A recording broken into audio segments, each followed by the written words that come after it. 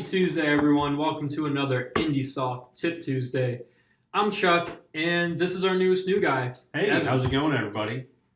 Yeah, so I was talking with Henry today, and he tells me that you were actually going through a couple of things that he said would make a good Tip Tuesday and wanted me to go over them with you. So let's hear it. He had me diving around in default companies and was learning a little bit about that and was wondering if you had any more information to share with me on some more advanced topics within it and what you can do with it.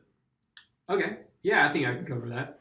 So if we go into user location settings and hit the default companies, to start with, we can kind of lay down a little groundwork before we go into something a little more advanced. Basically, if you don't know, this is where we set a user-defined default for any drop-down list you see in IndySoft. So you'll constantly see these popping up. You've probably seen most, if not all of these, at some point in the software. So employees, anytime you want to edit a list and you click the drop-down arrow and it shows you a bunch of names, it's probably using the employees. It could also be vendors, but most of the time it's the employees. Departments, if you see a bunch of different departments there, this is where that's coming from. Anything here. You see a lot are blank, a lot are grayed out, a couple are just typed in. The difference there is the grayed out ones are system-wide, so a system admin has locked that down. Everyone is using ABC company for master lists in my case. Anything that's left blank will use your current company that you're using. So if I happen to be an ABC company, it'll use that. But if I'm in BCD company, it'll use that instead. And then anything typed in is per user. So right here in the employees, I have location 1 typed in. So anytime I'm logged in the software, my drop-down list will use location 1 as the default. And to kind of show that it comes up in different areas of the software, let's open up a calibration. You'll see if I use a performed by, which is an employee list, it only gives me the options for my location 1 employees. And right now, it's just our lonely location 1 tech. The John Doe is there because it's just defaulting from my own username. But we can also see in the equipment view, owner is another place where we have an employee drop-down list, and it is also using the user location setting. So all over the software, it is using the same setting. Now, something advanced we can do is create an exception to that. So if we want our event to use a different company than location 1, we can actually create an exception to the user location rule that we already have.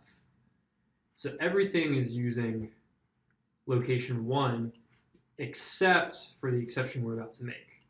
So if we go to our home view, go to preferences, system-wide, and variables, you'll see this funny looking button here, add edit special global variables. And it gives you this dialog where you can type anything in, and it kind of gives you a little format and a walkthrough of what you should do to make an exception. And it looks a little scary at first. There's a lot of symbols in here and some variables, but we can take them step by step, one at a time. It should make sense for you. So at the start, we have current company. What that means is what company do you want this exception to apply to? So if you only want it to apply to location 2, you would type location 2. If you want it to be all companies, you can type all, and it'll just use it for every company. So in our case, let's just go ahead and say all companies. We don't want to get too narrow when we're making this rule. And then we've got a funny symbol here, the caret. Is that what it's called? It is the Caret. We have our caret, which will tell the software that whatever's coming next is actually going to be our list table variable. So the list table here says type of selection list for instance, parts, employee, etc. If you don't really know what this means, what I can tell you is it's anything from those user location settings that we just looked at, the default companies, any of those fields that we saw. So in my case, let's go ahead and use employee because it's on our mind. And then we have another caret. Event related. This is a yes or no question, and in the computer world, we treat yes or no questions with a 1 and 0. In this case, 1 is yes, 0 is no. And the question it's asking is this related to events? So if we want to use something special for events, we would say yes. If we want it to be not for events, we say no.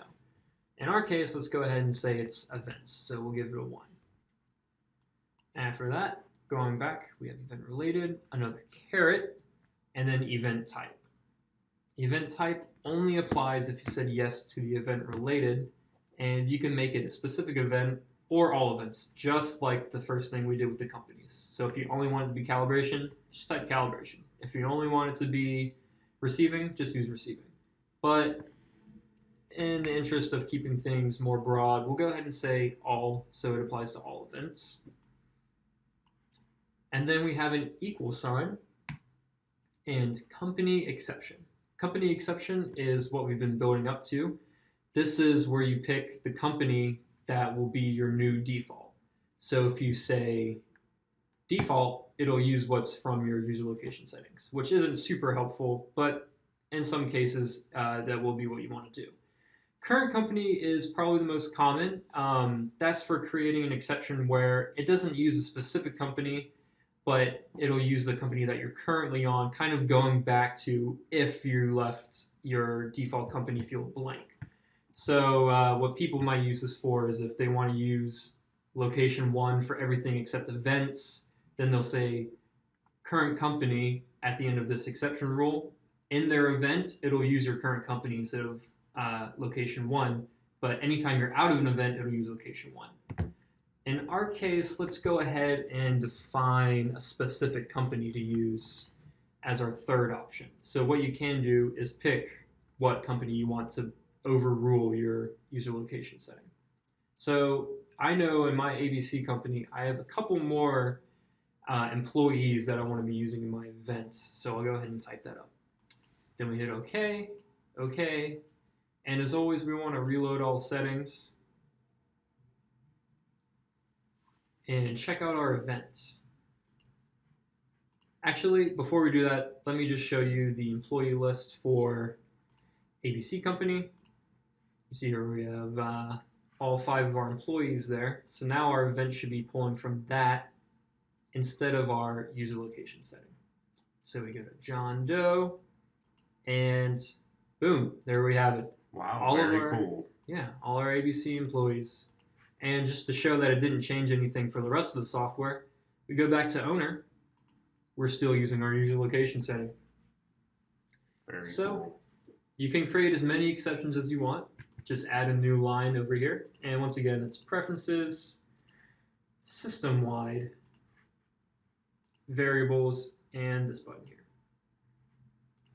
Cool. Is there anything else you think we should cover, Evan? No, I think that's pretty impressive. Cool. Thank you for your time. Yeah, no problem. All right. Until next Tuesday, happy calibrating. See you guys.